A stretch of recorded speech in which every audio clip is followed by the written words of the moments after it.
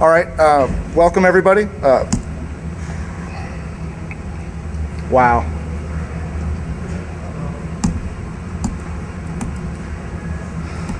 Okay, well maybe we'll just skip the agenda. The background.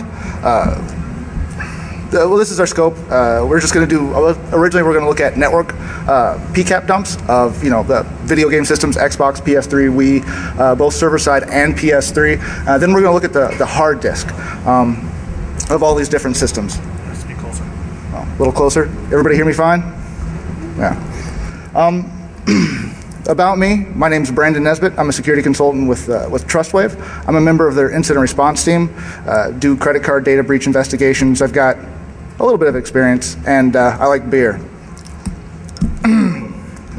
The goal here is to take an in-depth forensic look of common video game systems, how they're played, well, not how they're played, but looking for game-related data that may assist or may aid a forensics investigator in a compromise investigation.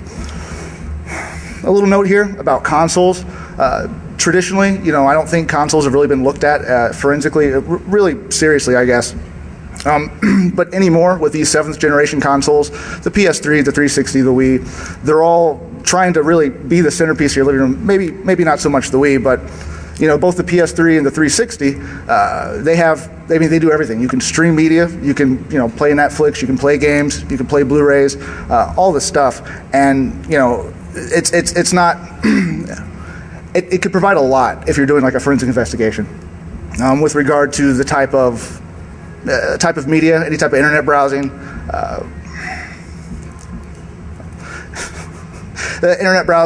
save game stuff, and we'll get into that in a bit. So first, a little bit of background. Originally, my idea to do this was I was going to do just try to look for personal information, sensitive information. I do credit card data breaches, so I was like, hey, you can buy stuff through these consoles. Perhaps, I can find credit card numbers stored in these things, or usernames, passwords, all that fun stuff. So as I discovered that was going to become more of a fool's errand, really went back to a case that I worked on about a year ago, in which there was a credit card data breach, and on this system, on this back-of-house system, there was a C-Strike folder, for Counter-Strike. Old version, C-Strike 1.6, and it was a default kind of a package install.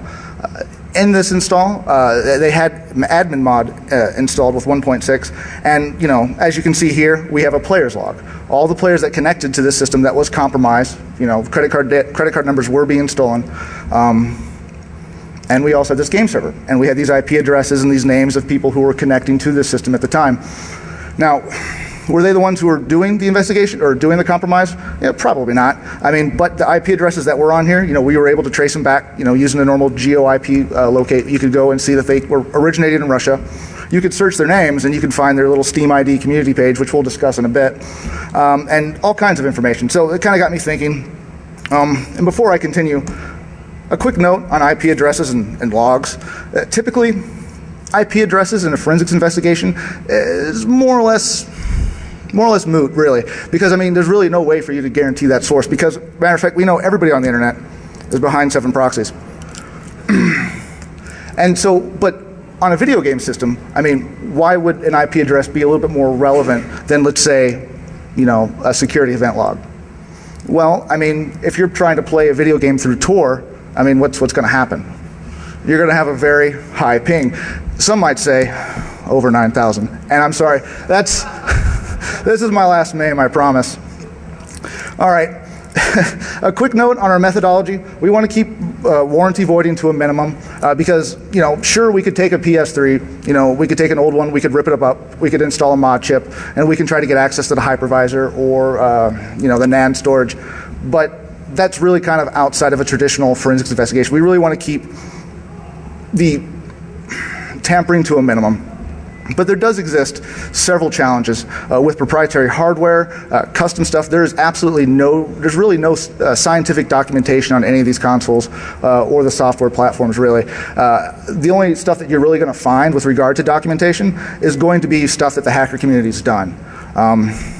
And PC server stuff, that was acquired using standard forensic, best practices for acquisition. Scope, just real briefly, again, we're doing network forensics, traditional disk analysis, and these are the systems we looked at. Again, obviously, this is just a very small piece of, all the games that are out there and available for people to play, but just try to hit on the big ones. So first, we're going to break down the PCAPs. How I did this was on my home network, I just set up an ART Poison, fired up the Wii, the PS3, had a friend bring over his 360, and just captured and see what we could find. There are some all console systems, you have multiple ways to connect. I think the Wii is only wireless. Correct me if I'm wrong. But I know the PS3 and the 360, you have wired, wireless. There's Bluetooth, all that fun stuff. And you're going to see some common themes as we just kind of briefly go through the PCAP breakdown. There's a lot of UDP. I mean, you don't need a stateful connection to play a game. All the important stuff, which is really surprising, well, maybe not so much, but all the really important stuff, if you go through like Xbox Live Marketplace, the PlayStation Store Online, all this is done over SSL TLS. So it's all, you can browse safely, you can buy safely, it's encrypted. But web browsing, like if you browse the Marketplace or the PlayStation Store, it's all typically just like HTTP. So if you were to do a PCAP analysis, you're going to see the same kind of stuff that you would see if you were just, analyzing a PCAP dump from a normal PC. So first, the 360. Xbox Live Marketplace, it's really built on XML, no surprise there. Again, it's identical to other PC traffic that you might see, and you can parse the data from the PCAP. You can extract stuff. You can use something like Foremost or Network Miner, and you could really just pull out images, files, whatever's getting browsed through. And so here's a sample of an XML page that you'd see if you were to do some PCAP analysis. Here we can see the first thing to really note that's highlighted is the unique ID for the game. I'll elaborate on that when we get to the hard drive analysis. And then there's a cost and points. They have a point system when you buy on the Xbox Live. You don't just give a credit card number and buy stuff. You have to buy points and then spend the points to get what you want. And again, just like any other PCAP dump, you're going to get images that you can extract. And important stuff, I actually had a friend, that previous screen that was for Magic the Gathering, I think, I actually had the guy buy it, and this is the traffic that you'd see. It's all SSL, TLS. So, the next one is Wii. Again, everything's done over SSL. The one thing to really note, though, if the Wii, even in standby mode, even when you turn it off, it's still broadcasting. It's still going to broadcast out like over some sort of DNS, and that's a result of Wii Connect 24, and that's the website to look for there. And fun fact, well, not really a fun fact, but because you can do Netflix browsing on the Wii, 360, PS3 anymore, you can. It's done over normal SSL. Authentication's done over SSL, but everything else is like HTTP stuff. So if you happen to, be breaking down, you can see somebody's Netflix queue. And as you can tell, this individual really doesn't have good taste in movies at all.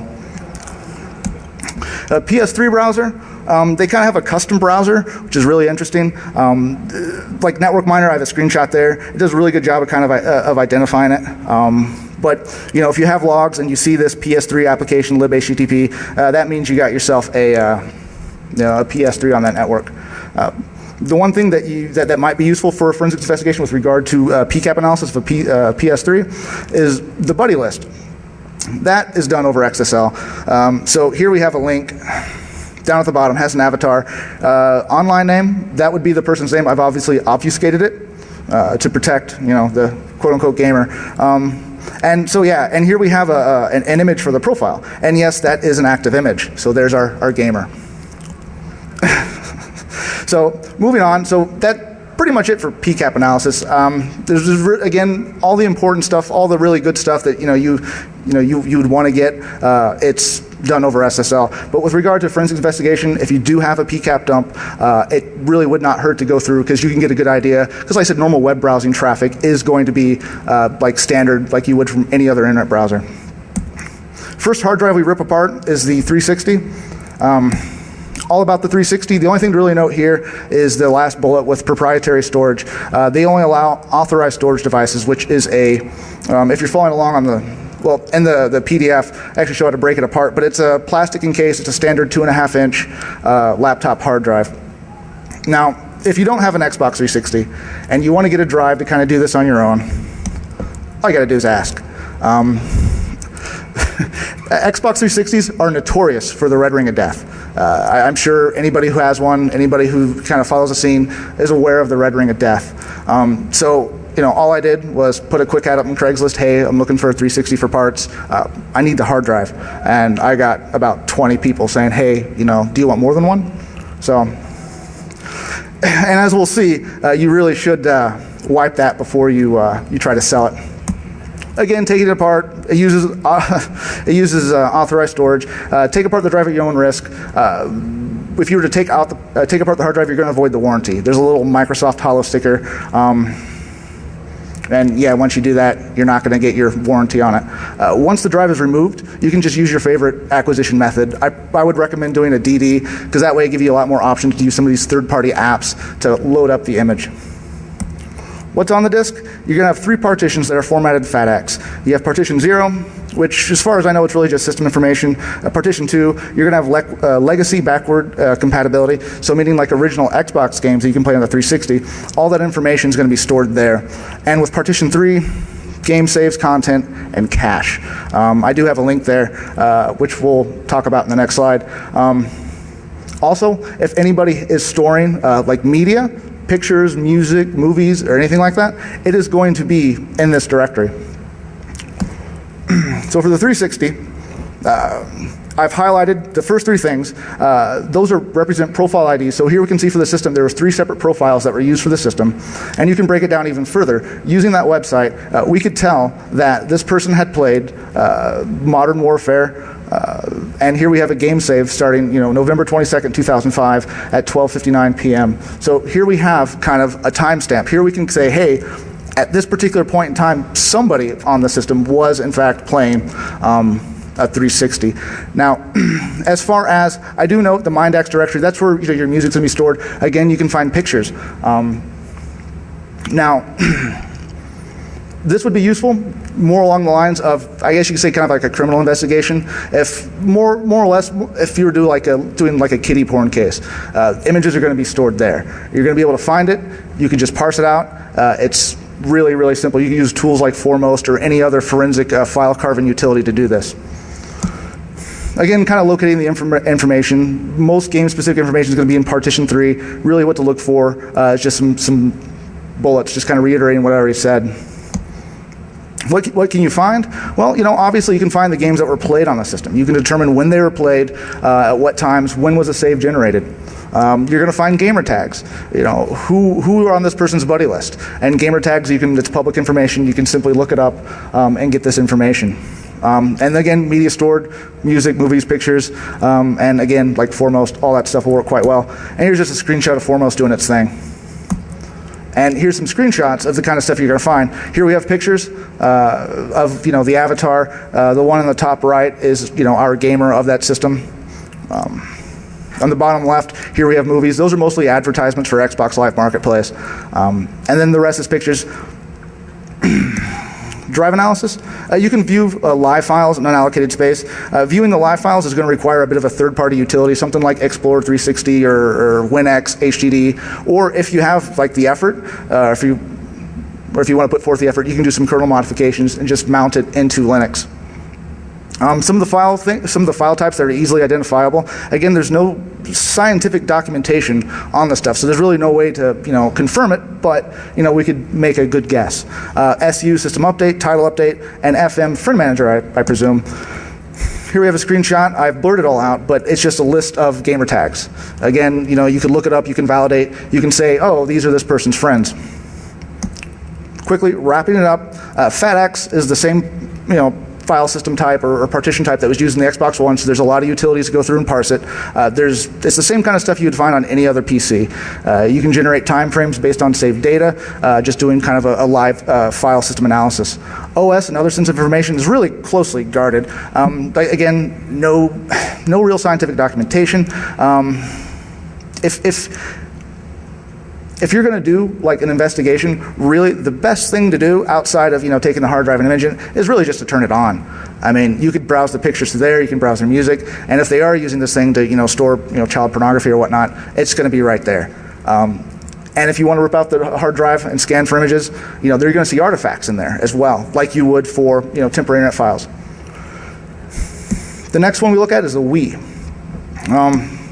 Real briefly about the Wii, the only thing to really note here is the 512 NAND flash storage. That's where OS and game save stuff. Again, it's really not a lot of space.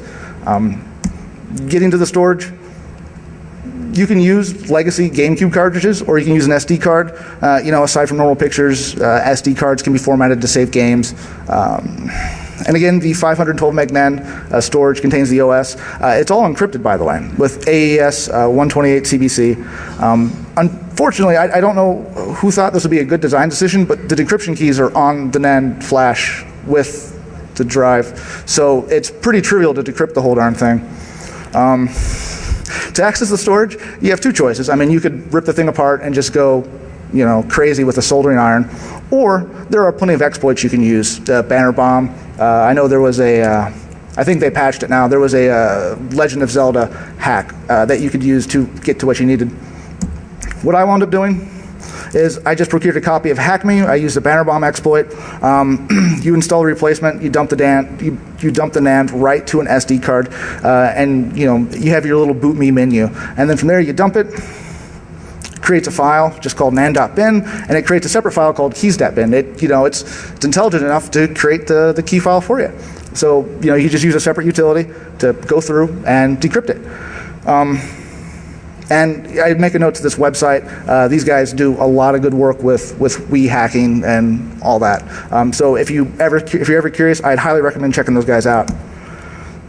What's on the NAND? Even decrypted, there's really not a lot. I mean, 512 megs of storage is just not a lot of space to begin with. Really, there's some things you'd like to focus on.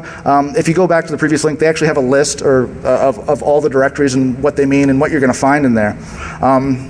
Shared to, these are a couple of directories to note. Game saves, config, stuff like that. Network config is stored in plain text. So if you connect to Wi-Fi, right? At home, I use WPA2, and in clear text, it's got my SSID and password and all that fun stuff. And WeConnect, for some odd reason, it likes to store your email. Now, the Wii I have, I bought this used from somebody else. So I don't know why, I don't know who thought it'd be a good idea, but it will store emails, sent and received. So here from the previous owner, you can see that, him and his girlfriend were, well, because I know the guy and his girlfriend, they were talking. She's like, hey, I love you back. So why, it stores email, couldn't tell you, but it is on there. And I guess forensically, if you're doing a forensic investigation, I don't know anybody who really uses the Wii to communicate, but I guess the possibility always exists, right? Wrapping up, there's really no security like the Xbox 360. You're really not going to see a whole heck of a lot. The best you're going to get is game saves, browsing. You're going to get the avatars and stuff like that. Look out for SD cards. And again, really not a lot you can do. PS3, briefly. Does that? All right. Just kind of, last thing to note, again, the last bullet point is full disk encryption. Before I get to that, getting to the hard drive, it is the easiest hard drive to get to. I mean, for the PS3 Slim, the one that we looked at here, it's literally a little flap and a screw, and you pull it out. And you can easily upgrade. You can buy, a 600 gig hard drive, easily stick it in, turn it on, and it'll do its thing. And no more other OS support. I'll get into that in a bit. What's on the hard drive? Who knows? Like I said, the entire thing is encrypted. And there hasn't been any way to really break it. And once they got close, I'm not sure if you guys are familiar with the GeoHoff exploit, was able to get access to hypervisor, and Sony's knee-jerk reaction, of course, was to patch it and just, okay, no more other OS support.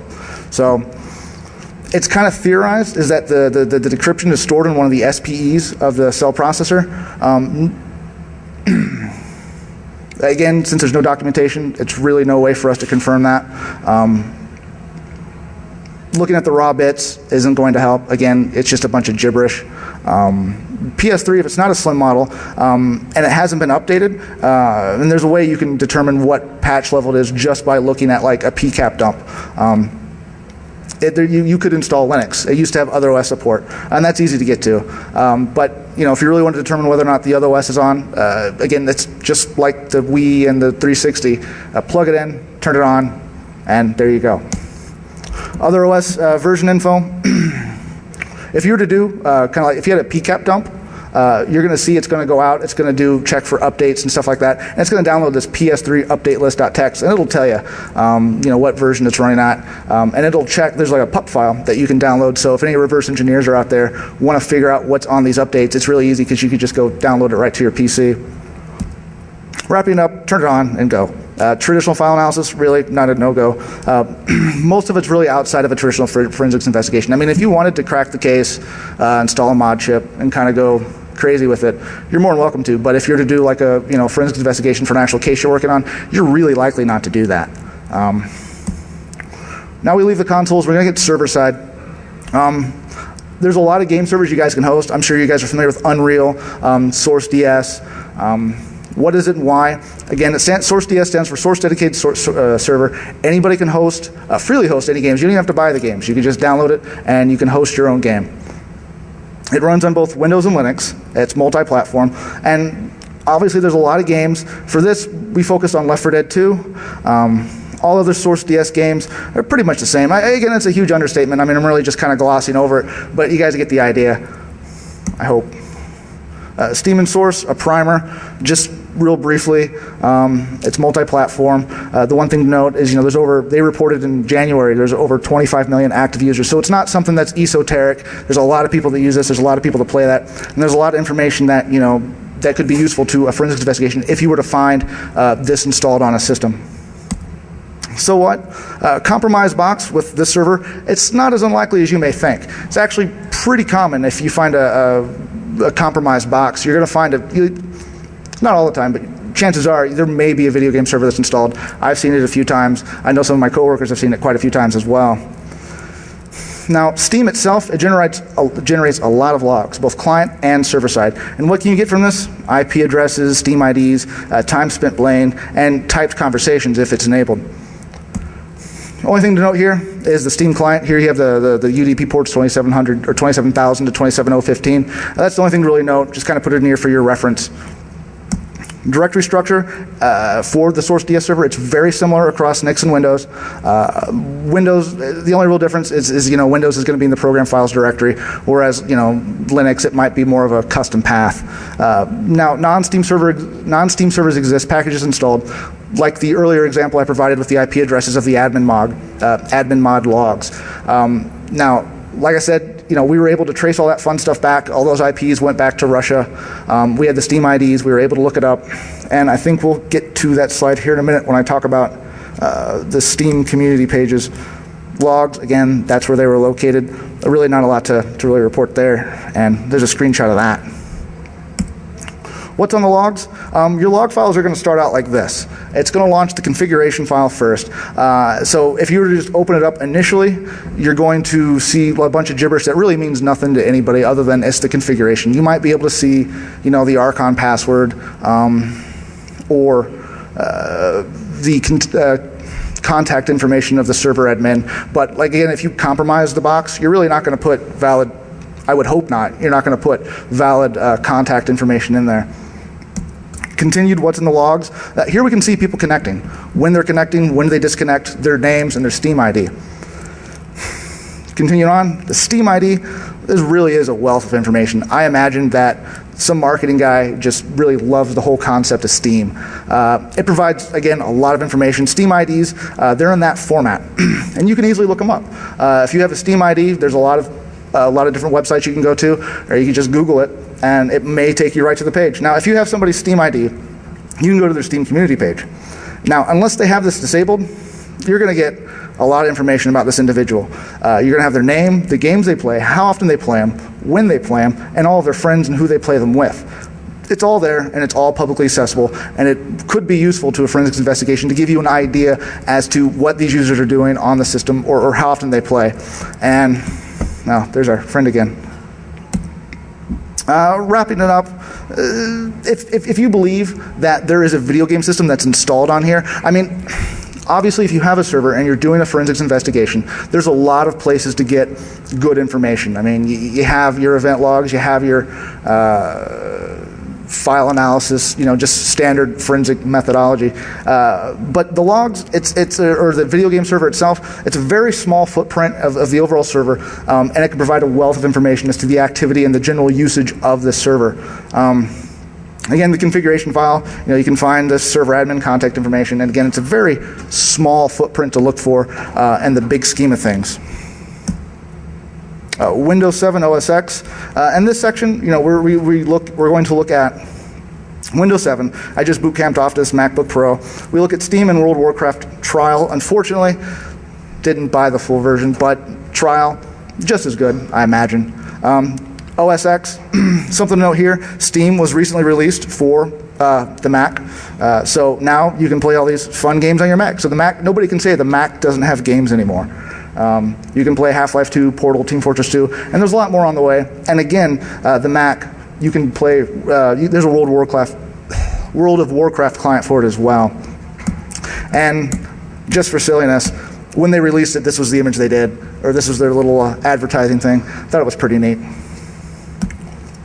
Now, for the method of acquisition, we just use standard forensic methodology. Physical memory dump, volatile data gathering, and then we did a disk acquisition. That's kind of a high-level overview, and disk acquisition really why people get into forensics, porn analysis. The point, system profiling. There's a wealth of information that you can be garnered. So if you see somebody, you're looking through these wild con logs, and you see somebody's logged on to 10 hours in WoW on a Saturday, it's pretty safe to assume they probably don't have much of a social life.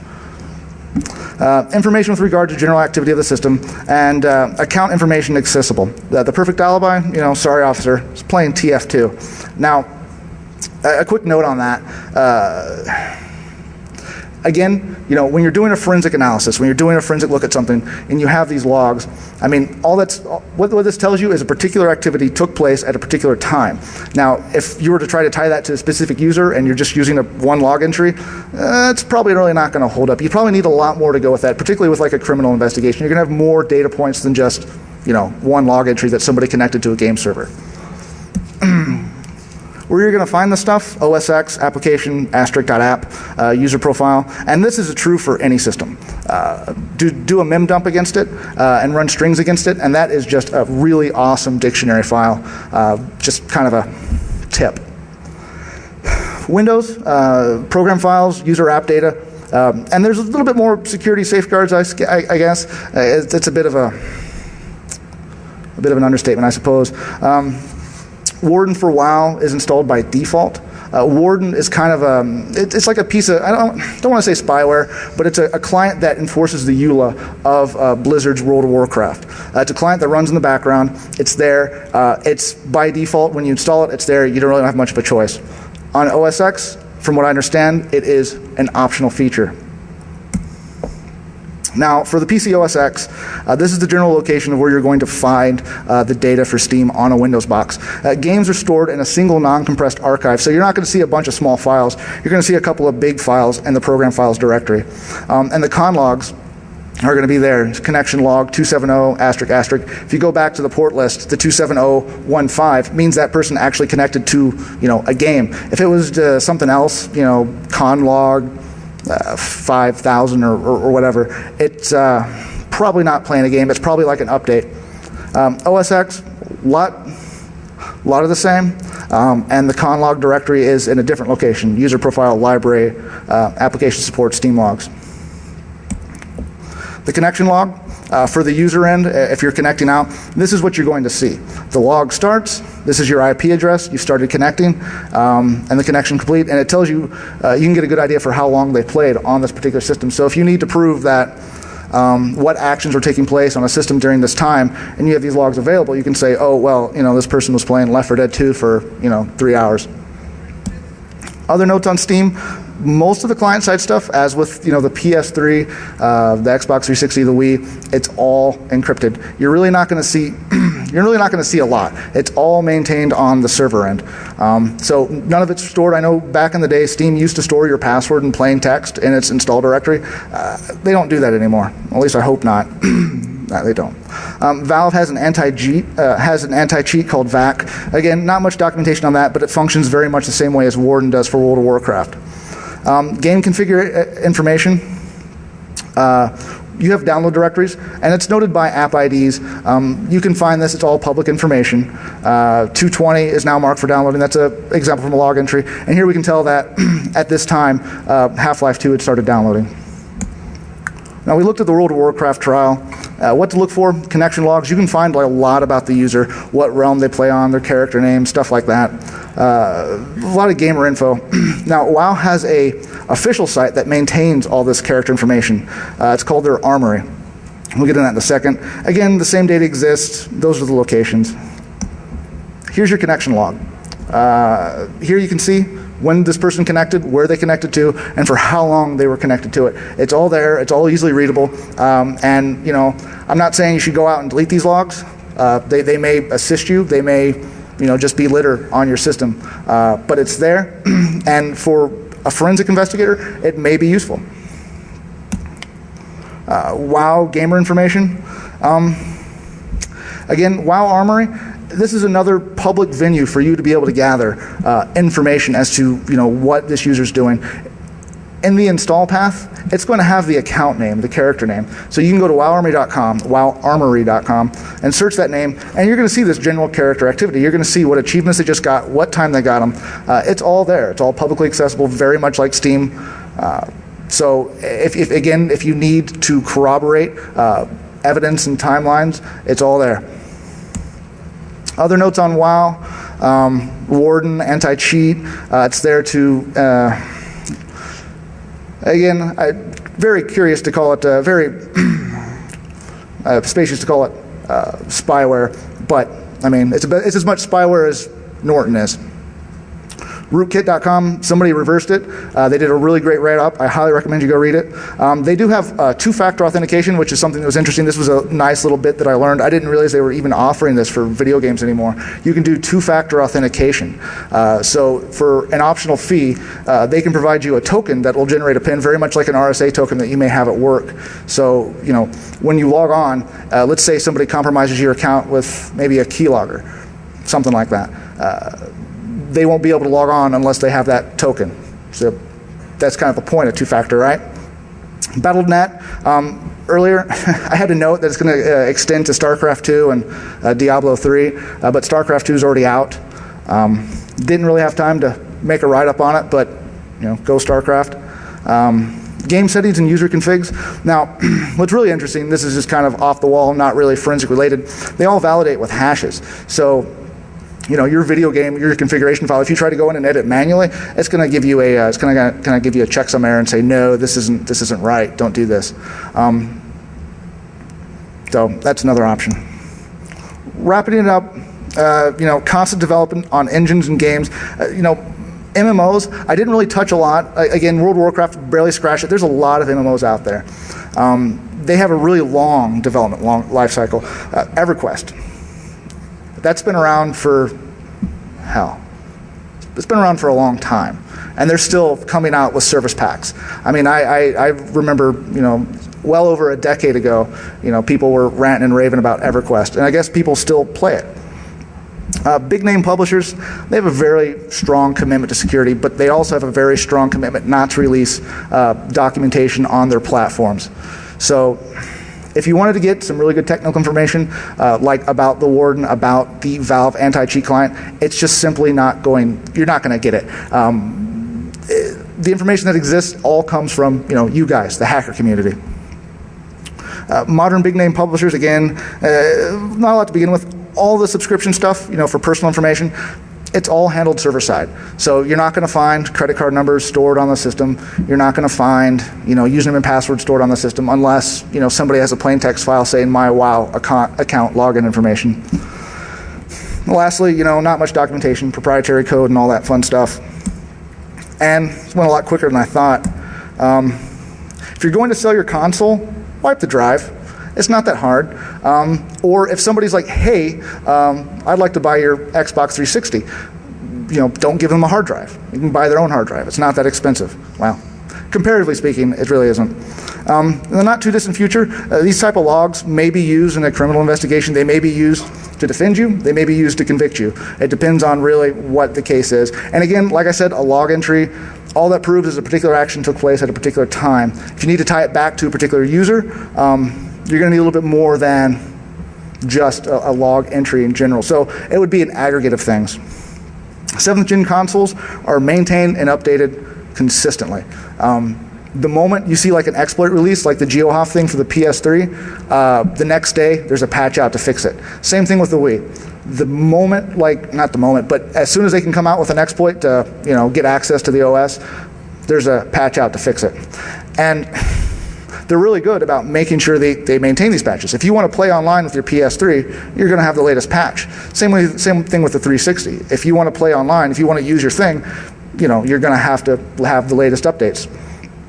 And again, for a forensic investigation, if you're going to look at a console, the first thing you should really do is just turn it on. Plug it in, look at it, bring up a controller. If you have a copy of Modern Warfare, fire it up. And then go through and, if you're looking for pictures, it's all very intuitive. These things are designed to be easy for, 12-year-olds to navigate. So it should be fair enough or easy enough for an investigator to kind of do their thing. Game servers can add a lot to an investigation. Again, keep out for the logs, and it can tell you a lot about what was going on that system during a time frame of a particular compromise.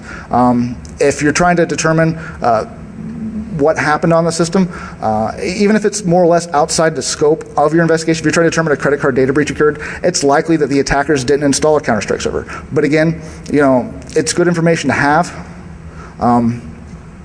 For just about anything or any point you're trying to make.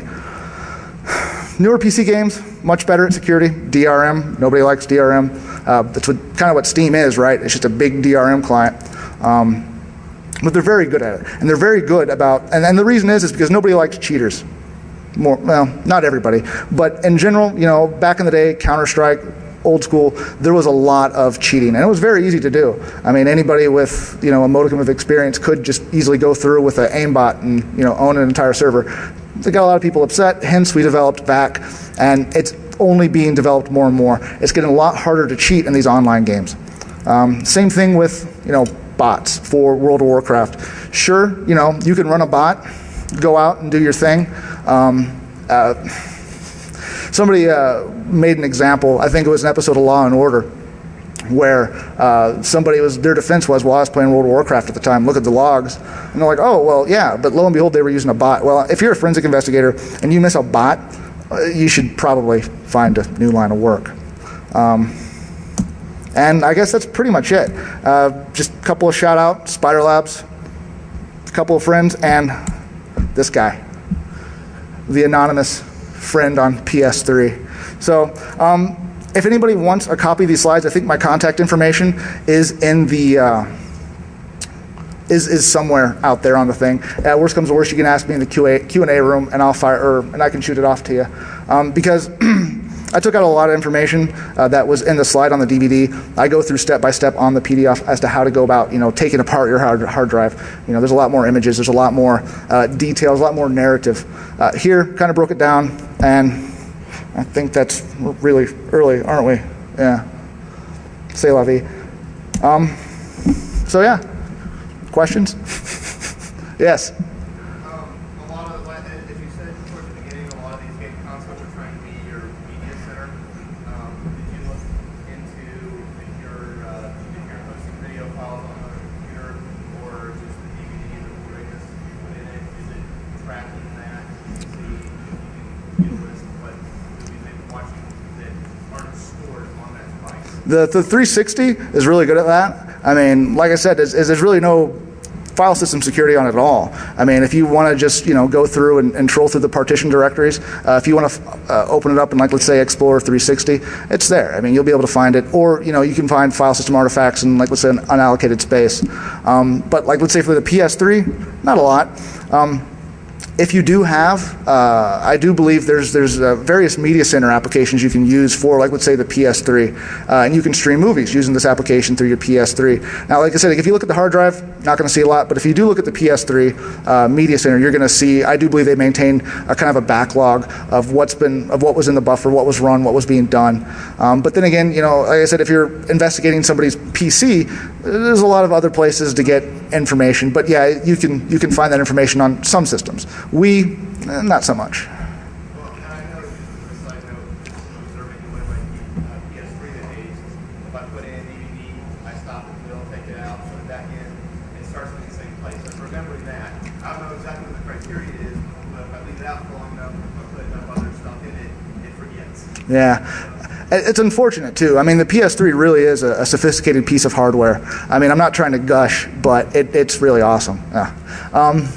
This is a shame there's really no documentation, and they're really a stickler for this encryption that's on there. Like, I gave the example about the hard drives. It's easy to replace. If you were to take a hard drive out of one PS3 and put it into another, it's going to ask you to format it and reinstall. So that tells you that these encryption keys are unique per device, which is, wow, really?